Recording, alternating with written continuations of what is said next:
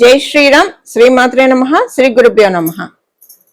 2026 సంవత్సరం మార్చి 3వ తారీఖు నుంచి 2026 సంవత్సరం మార్చి 18వ తారీఖు వరకు కూడా ద్వాదశ రాశుల వాళ్ళకి ద్వాదశ లగ్నాల వాళ్ళ ఫలితాలు, రాశి ఫలితాలు.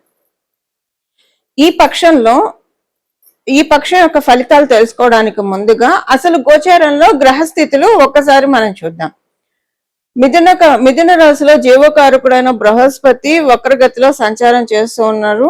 ఈ మార్చి 12వ తారీఖు నుంచి ఆయన వక్రత్వం నుంచి బయటకు వచ్చి వక్రత్యాగమై సవ్యగతిలోకి రానున్నారు.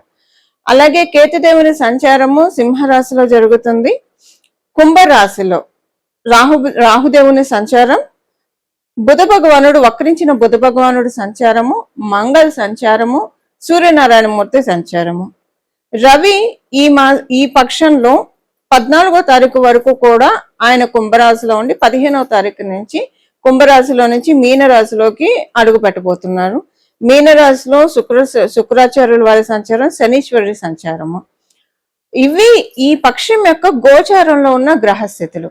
ఈ పక్షంలో ఉన్న గోచార గ్రహస్థితులు అనుసరించి ద్వాదశ రాశుల వాళ్ళకి, ద్వాదశ లగ్నాల వాళ్ళకి కూడా ఎలాంటి ఫలితాలు ఉండబోతున్నాయి అన్న విషయాన్ని మనం ఒకసారి చూద్దాము. మొదటగా ఈ అంశాన్ని తెలుసుకోవడానికి ముందుగా ఈ పక్షంలో ఒక ప్రత్యేక అంశం ఏంటంటే కుంభరాశి చాలా బలోపేతంగా ఉంది. కుంభరాశితో పాటు సైమల్టేనియస్ గా బృహస్పతి ఒక రాశి అయిన మీనరాశి కూడా బలోపేతంగా ఉంది. మీనరాశి బలోపేతంగా ఉండడానికి కారణం, కుంభరాశి బలోపేతంగా ఉండడానికి కారణము, కుంభరాశిలో అయితే 4 గ్రహాల సంచారము. ఈ 15వ తారీఖు వరకు కూడా 4 గ్రహాల సంచారము. గ్రహాలు మనం ముందే చెప్పుకున్నాము. సో 4 గ్రహాల సంచారము మరియు మీనరాశిలో శుక్రాచార్యుల వారి సంచారము, శనీశ్వరుడి సంచారము, శశి శుక్రయోగం మీనరాశిలో ఏర్పడుతూ ఉంది ద్వాదశ రాశుల వాళ్ళకి, ద్వాదశ లగ్నాల వాళ్ళకి. దీనివల్ల ఏంటంటే ఒక ప్రత్యేకమైన గ్రహస్థితి అని చెప్పడంలో, అందులో కూడా మనకి 19వ తారీఖు ఉగాది అయింది. ఉగాదికి ముందు ఇలాంటి ప్రత్యేక గ్రహస్థితి రావడము. ఇక్కడ ఇంకొక విశేషాంశం ఏంటంటే గురు భగవానుడికి, వీళ్ళిద్దరు గురు భగవానుడు మరియు శుక్రాచార్యులు వారు, శనీశ్వరుడు పరస్పర కేంద్రాల్లో ఉన్నారు. శుక్రుడు మరియు శనీశ్వరుడు నుంచి మనం చూస్తే గురు భగవానుడు 4వ స్థానంలో ఉన్నారు. బృహస్పతి నుంచి చూస్తే శుక్రాచార్యుల వారు మరియు శనీశ్వరుడు 10వ స్థానంలో ఉన్నారు. ఇన్ని విశేషాంశాలతో కూడి ఈ పక్షంలో గోచార గ్రహస్థితులు ఏర్పడి ఉన్నాయి. ఈ పక్షంలో ఉన్న గోచార గ్రహస్థితులు ద్వాదశ రాశుల వాళ్ళకి, ద్వాదశ లగ్నాల వాళ్ళకి ఎలాంటి ఫలితాలను ఇవ్వబోతున్నాయి, అలాగే రాబోయే ఉగాది సంవత్సరాదిన ఏదైనా ఒక ప్రత్యేక అంశము ఇక్కడి నుంచే సూచిస్తుందా. ఇప్పుడు ఉన్న అంటే దేనికైనా ఒక గ్రౌండ్ వర్క్ అనేది ఉంటుంది కదా. ఉదాహరణకు ఒక బిజినెస్ చేయాలంటే మనకి గ్రౌండ్ వర్క్ ఒక 6 months చేసిన తర్వాతే బిజినెస్ లైమ్ లైట్ లోకి వెళ్తుంది. సో ప్రతి విషయంలో కూడా గ్రౌండ్ వర్క్ లేకుండా ఏ పని ఉండదు.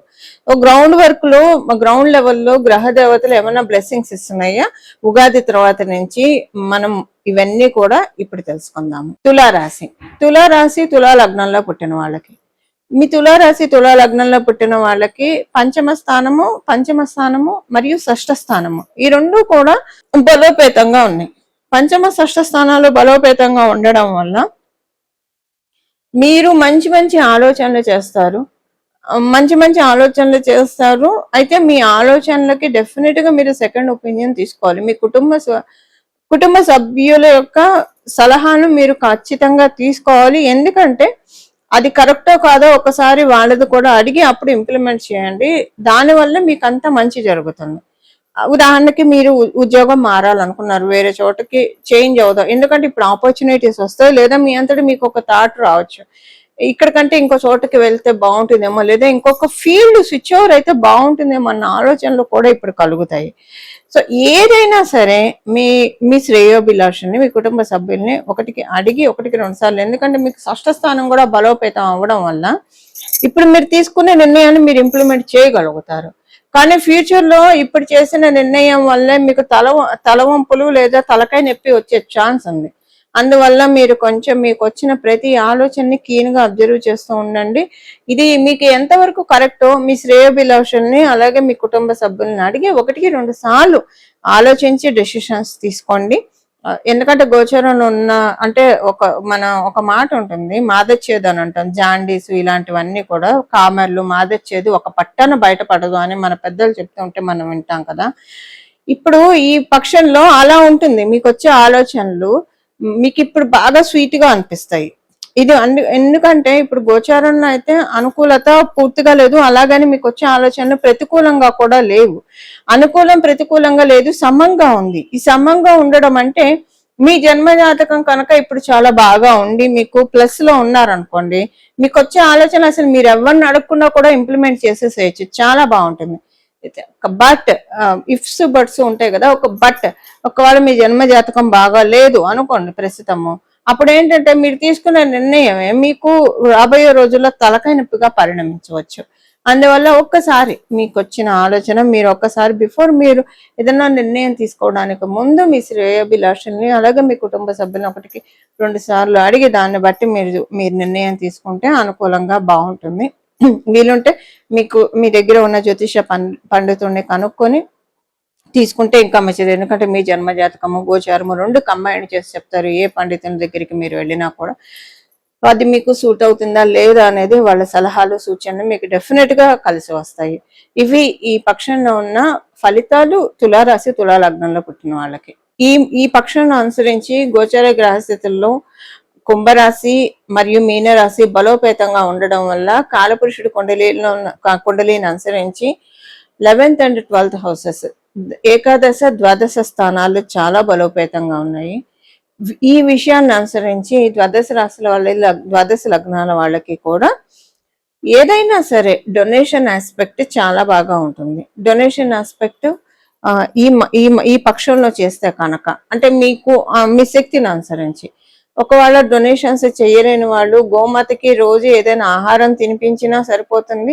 డొనేషన్స్ చేయగలిగిన వాళ్ళు డొనేషన్స్, ఒకవేళ డొనేషన్స్ చేయలేని పక్షంలో మీరు ప్రతిరోజు కూడా చీమలకు ఆహారమైనా వేయవచ్చు. ఇలా మీ శక్తిని అనుసరించి డొనేషన్స్ ఈ పక్షంలో చేస్తే చాలా మంచిది. ఉత్తమ ఫలితాలు ఉగాది తర్వాత నుంచి మనం అందుకోవాలంటే ఈ 15 రోజులు జాగ్రత్తగా సద్వినియోగం చేసుకోవాలి. 15 రోజులు సద్వినియోగం చేసుకోవడం వల్ల రాబోయే సంవత్సరము రాబోయే సంవత్సరం మొత్తం కూడా చాలా అనుకూలంగా ఉంటుంది. అయితే డొనేషన్స్ అని చెప్పాను. ఈ డొనేషన్స్ విషయంలో మీకు ఒకవేళ డొనేషన్స్ చేయలేకపోతే ఎంతైనా పర్వాలేదు, ఈ పక్షం మొత్తంలో ఎంతో కొంత గోశాలకు లేదా ఏదైనా దేవాలయంలో అన్నదాన కార్యక్రమం జరుగుతుంటే ఎంతమందికైనా సరే విరాళం ఇవ్వడమో, ఇది డొనేషన్ అనేది మీ శక్తిని అనుసరించి ఉంటుంది. ఎంతో కొంత చేయడానికి ప్రయత్నించండి. ఎప్పుడైనా దానం చేయడం వల్ల లక్ష్మీ అమ్మవారి ప్రాప్తి చక్కగా ఉంటుంది. ఇది మనకి దీనికి ప్రత్యక్ష ఉదాహరణ శంకర్ భగవత్పాదులు రాసిన కనకధార స్తుతి. ఈ కనకధార స్తవంలో వృద్ధ బ్రాహ్మణ స్త్రీ ఆమె కటిక దరిద్రంతో బాధపడుతుంటే శంకరాచార్యుల వారి మనసు చెల్లించిపోయి లక్ష్మీ అమ్మవారిని ప్రార్థించగా, ఆమె ఇదివరకు జన్మలో ఎలాంటి దానం చేయలేదు, నేను ఏం చూసి ఆమెకి నేను ధనాన్ని ప్రసాదించాలి అని అమ్మవారు అడిగినప్పుడు శంకరాచార్యుల వారు ఎండిపోయిన ఉసిరికాయ వేసింది కదా, దీన్ని అడ్డు పెట్టుకొని ఇవ్వమ్మ అన్నప్పుడు ఆవిడ బంగారు ఉసిరికలు కురిపించిన విషయం మనందరికీ విదితమే. అని ఇదంతా ఎందుకు చెప్తున్నానంటే లక్ష్మీ కటాక్షం కోరుకునే వాళ్ళందరూ కూడా, లక్ష్మి అంటే బహురూపాల్లో ఉంటుంది, లక్ష్మీ కటాక్షం కోరుకునే ప్రతి ఒక్కళ్ళు కూడా ఈ పక్షంలో చేసే దాన ధర్మాలు మీ శక్తిని అనుసరించి, శక్తికి మించి చేయకూడదు. అప్పు చేసి ఒకవేళ దానం చేస్తే అది ఫలితం ఇవ్వదు సరికదా, రివర్స్ కొడుతుంది. సో శక్తిని అనుసరించి దానం, లోభత్వం చూపించకుండా దానం చేయడం వల్ల వేద పాఠశాలలకి కొంతమంది వాలంటరీ సర్వీసెస్ చేస్తూ ఉంటారు, వాళ్ళ సంస్థ తరఫు నుంచి ధర్మకార్యాలు చేస్తూ ఉంటారు. సో ఇలా ధర్మకార్యాలు చేసే వాళ్ళకి ధర్మం కోసం వాళ్ళ సాయశక్తుల ప్రాణాన్ని పణం పెట్టి మరి పోరాడుతూ ఉంటారు కొంతమంది. ఇలాంటి వాళ్ళకి ఇలాగా మీకు తెలిసిన దాంట్లో ఎవరికైనా సరే దానం చేయడం వల్ల వచ్చే సంవత్సరం ఉగాది నుంచి చాలా అనుకూలంగా మారబోతుంది. గోచరంలో ఉన్న ఇప్పుడు ఏంటంటే శుక్రాచార్యుల వారి మీనరాశిలో ఉండడం వల్ల అసలు మనకి వెల్త్ ఇచ్చేది శుక్రాచార్యుల వారు. ఎందుకంటే ఫస్ట్ ప్రైమరీ వెల్త్ లార్డ్ ఆయన అయ్యాడు. కాలపురుషుడు కుండలి నుంచి ద్వితీయ స్థానానికి అధిపతి అవ్వడం వల్ల, ప్రైమరీ వెల్త్ లార్డ్ అవ్వడం వల్ల ఆయన శనేశ్వరుడికి చెప్పి కర్మకారకుడైన శనేశ్వరుడితోటి కూడి ఉన్నాడు కాబట్టి రాబోయే సంవత్సరం మొత్తం కూడా మన జీవితంలో అన్ని కూడా సమృద్ధిగా ఉండడానికి, మనశ్శాంతి సమృద్ధిగా ఉండడానికి, సుఖ సౌఖ్యాలు సమృద్ధిగా ఉండడానికి, సంపద సమృద్ధిగా ఉండడానికి చక్కటి సదావకాశాన్ని మనకి శుక్రాచార్యులు వారి బ్లెస్సింగ్స్ వల్ల కలుగుతాయని చెప్పడంలో ఏమాత్రం సందేహం లేదు. ఇలా మనం అందరం కూడా మన జీవితాన్ని సద్వినియోగం, మనకున్న ఈ రోజులు, ఈ పక్షం రోజుని సద్వినియోగం చేసి శ్రీలక్ష్మి అమ్మవారి యొక్క సంపూర్ణ కృపా కటాక్షానికి మనందరం పాత్రలం అవ్వాలని చెప్పి మనస్ఫూర్తిగా మనందరి తరఫు నుంచి కోరుకుంటూ మంగళం. నమో భగవతే వాసుదేవాయ.